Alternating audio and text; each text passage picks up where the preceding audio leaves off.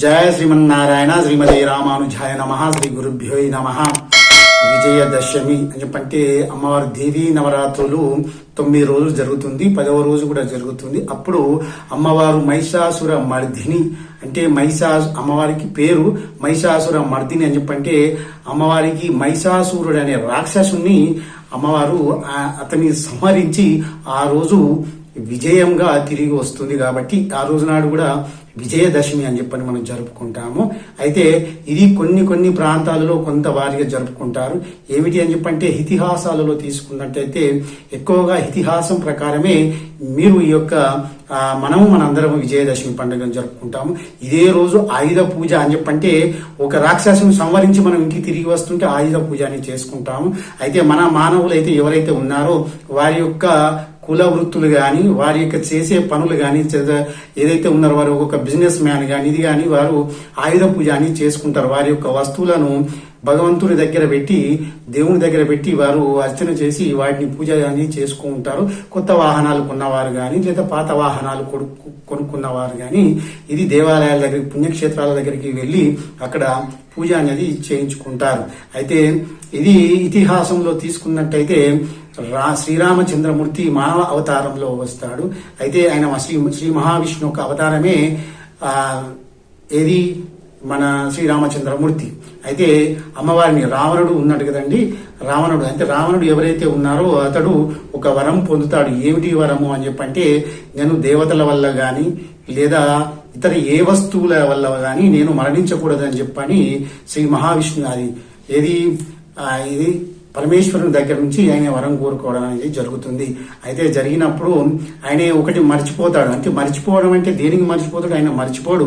కేవలము ఈ మానవ మాతృలు నన్నేం చేస్తారు, నన్ను ఎందుకు సంహరిస్తారు, వీళ్ళు నన్నెందుకు చంపేస్తారు అని చెప్పని ఆ యొక్క అహంకారంతో ఆయన ఈ యొక్క వరము అడిగే సమయంలో ఈ మానవుల నుంచి నాకు ప్రమాదం రావద్దు అని చెప్పని కోరుకోలేదు. కాబట్టి అయితే శ్రీరామచంద్రమూర్తి ఆయనే మనకు ఇది చూసుకున్నట్టే వనవాసానికి వచ్చినప్పుడు అక్కడి సీతమ్మ తల్లిని సాక్షాత్తు లక్ష్మీదేవి అయిన అమ్మవారిని సీతమ్మ తల్లిని అపహరించి తీసుకొని వెళ్ళడం జరుగుతుంది.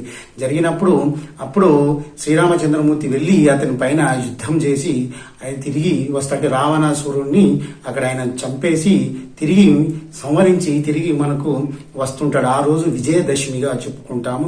ఎందుకంటే శత్రువుని చంపేసి అంటే అధర్మం అని చెప్పంటే ఆయన చేసింది అధర్మాన్ని చంపేసి ధర్మ సంస్థాపన కొరకై అతన్ని సంహరించి తిరిగి వచ్చి మళ్ళా ఇక్కడికి ఆయన రాజ్యానికి వచ్చి ధర్మపాలన అనేది సాగిస్తూ ఉంటాడు.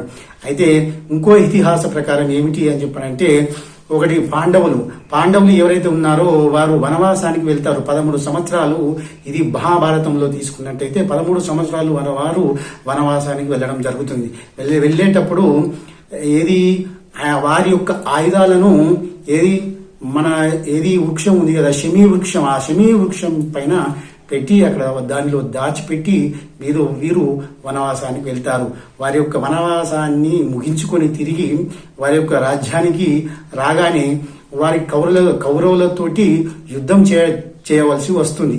అప్పుడు వచ్చినప్పుడు మళ్ళీ వెళ్ళి అర్జునుడు ఆ యొక్క ఆయుధాలను తీసుకుని వచ్చి వారి మీద ఆ యుద్ధం చేసి ఆ కౌరవులను ఓడించి విజయం సాధిస్తాడు. దీని ప్రకారం కూడా అదే రోజు విజయదశమిగా చెప్పుకుంటాము. అంటే ఇది ఇతిహాసాలు 2, తర్వాత అమ్మవారి యొక్క అంటే 3 మనకు ఈ యొక్క విజయదశమికి సూచికగా మనం చెప్పుకుంటాము. ఈ విజయదశమి రోజు మీరు యొక్క ఇతిహాసాలు పురాణాల ప్రకారం మీరు కథ విన్నట్టయితే మీకు విశేషమైన ఫలితం అనేది చెప్పుకోవచ్చు. అయితే ఇది ఏమిటి అని చెప్పంటే మీరు ఎంతో భక్తి శ్రద్ధలతో ఉంటేనే నా వీడియోను మీరు పూర్తిగా చూస్తారు. అయితే ఇది చూడండి.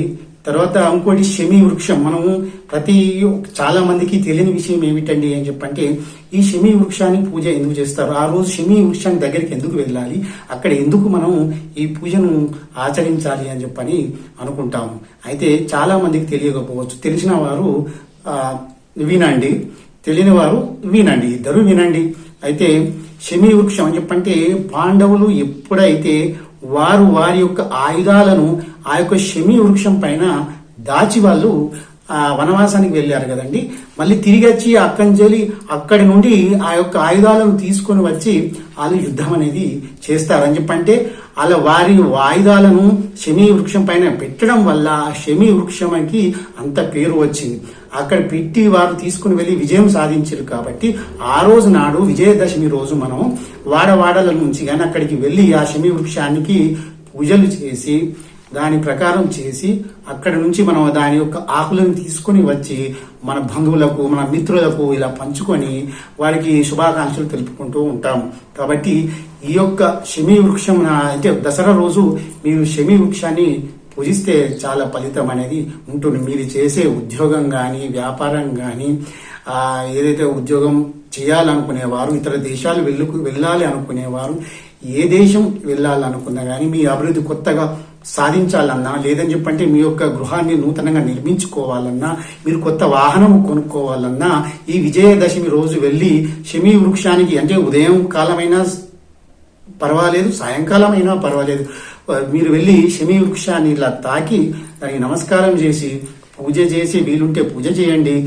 లేదు అని చెప్పంటే మీరు వెళ్ళి మీకు వాహనాన్ని కొనుక్కోవచ్చు ఏదైనా చేసుకోవచ్చు మీ పనులు ప్రారంభించుకోవచ్చు అని చెప్పంటే శమీ వృక్షానికి అంత ప్రాధాన్యత మన ఇతిహాసాలలో ఉంది. కాబట్టి మీరు ఈ శమీ వృక్షానికి పూజ చేయడం అనేది జరుగుతుంది. ఇది ఆనవాయితీగా మనకు వస్తుంది. ఇది చాలా సంవత్సరానికి కొన్ని యుగాలే గడిచిపోయినాయి కాబట్టి అక్కడి నుండి శమీ వృక్షానికి ఇలాంటి ప్రాధాన్యత ఉంది. కాబట్టి మీరు మీ యొక్క గ్రామంలో కానీ మీరు ఎక్కడైనా మీకు ఉంటే మీరు వెళ్ళి శమీ వృక్షాన్ని దర్శించండి. విజయదశమి రోజు అందరూ శుభాకాంక్షలు తెలుపుకుంటూ మీ యొక్క నూతన జీవితాన్ని నడిపించమని ఆ భగవంతుణ్ణి ప్రార్థించండి. మేము కూడా మీకోసము సర్వే జన సుఖినో భవంతు అంటే జనులందరూ అంటే అష్ట ఐశ్వర్యాలు సిద్ధి నుండి వర్ధిల్లాలి సుఖ సంతోషాలతోటి వర్ధిల్లాలని మేము కోరుకుంటున్నాము. మీరు కూడా అలాగే మీ ఇరుగు పొరుగు వారిని అందరిని కూడా మీరు కోరుకోండి. సర్వే జన సుఖినో భవంతు. శ్రీమాత్రే నమః.